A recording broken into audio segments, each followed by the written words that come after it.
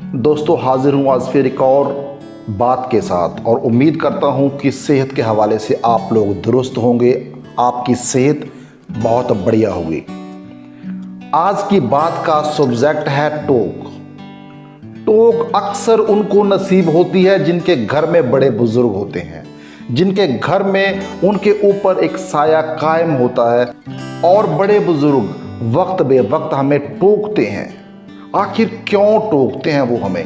क्या मंशा है उनकी टोक के पीछे? आखिर उन्हें क्यों यकीन नहीं आता कि हम वो तमाम कामों को अंजाम दे देंगे जिनका जिम्मा हमारे सर पड़ा है? इस बात की तह तक जाने का यत्न करेंगे, क्योंकि कहानी सुनने के बाद आपको मेरी बात को समझ पाना बेहद आसान हो जाता है। एक बार एक शहर में एक चित्रकार अपनी चित्रकारी के जरिए अपनी तमाम रोजमर्रा की जिंदगी की जरूरतें पूरी करता था। उसके चित्रों को आम लोग खरीदते और उसके घर का गुजारा चलता। उसकी औलाद, उसका बेटा बड़ा हुआ और उसने भी अपने पिता का पेशा चूज किया और वो भी एक चित्रकार की तरह काम करने लगा। लेकिन अब जब कभी भी वो चित्र बना के अपने पिता के सामने उस चित्र को ले जाता, पिता उसे टोक देता। कभी किसी तस्वीर को इशारे से वो ये कहता कि इसके अंदर कलर्स अच्छे नहीं हैं, इसके अंदर भाव भंगिमा अच्छी नहीं है, इसके अंदर नए नक्श के अंदर वो लचीलापन, वो बात नहीं है। ये तमाम तरह की टोक वो सुनता और हर बार अपने चित्रों के अंदर वो बदलाव लेकर आता और एक दिन वो एक अव्वल दर्जे का चित्रकार बना। अब उसके तमाम चित्र उसके पिता से पहले बिकने शुरू हुए।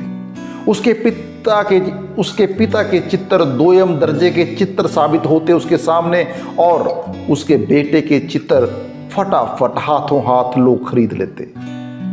अब उसकी डिमांड मार्केट में उसके पिता से बेहतर थी, लेकिन पिता अब भी उसकी की गई चित्रकारिता के अंदर खामियां निकालता, उसे टोकता। अब जब वो अपने आप को स्थापित कर चुका था तो उसे टोक अच्छी ना लगती।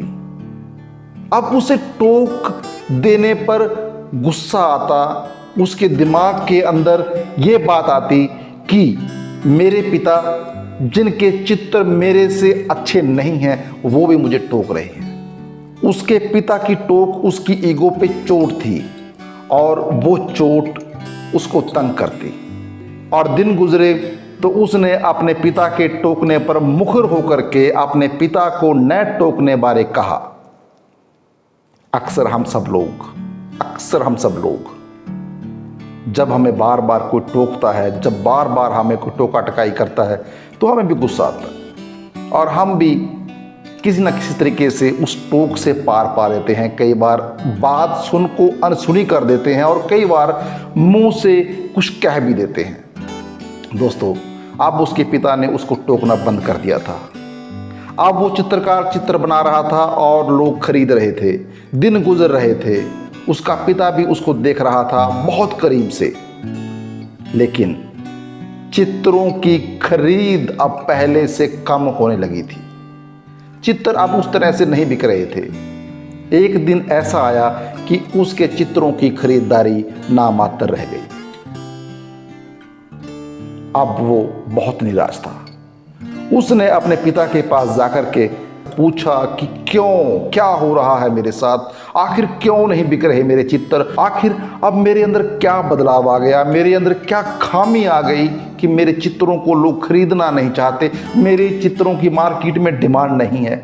तो पिता ने उसको बैठाया और बताया कि बेटा, जब मैं तुझे टोकता था, बेशक तू मेरे से अच्छी चित्रकारी कर रहा था। जब मैं तुझे टोकता था और तू दूसरे दिन दूसरा चित्र बनाया करता था तो उसके अंदर बदलाव लेकर आता था, उसके अंदर और बेहतर तरीके से तू अपनी कलाकारी को प्रस्तुत करता था।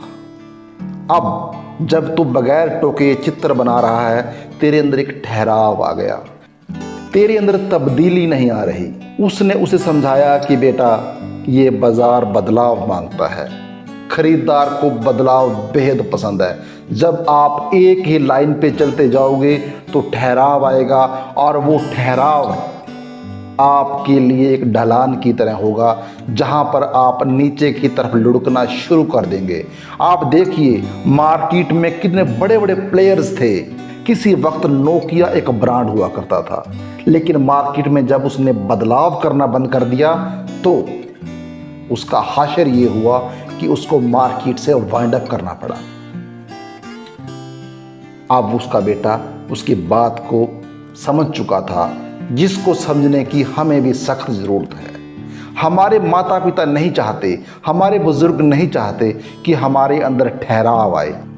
हमारे बड़े बुज़ुर्ग हमें निरंतर नए नए प्रयास करने के लिए प्रेरित करते हैं। वो चाहते हैं कि हमारे अंदर बहुत सारी तब्दीलियां आती रहें, हम और परिपक्व बनते रहें, हमारी निपुणता और कुशल होती रहे। और उनकी ये अपेक्षाएं टोक के रूप में हमारे कानों तक पड़ती हैं।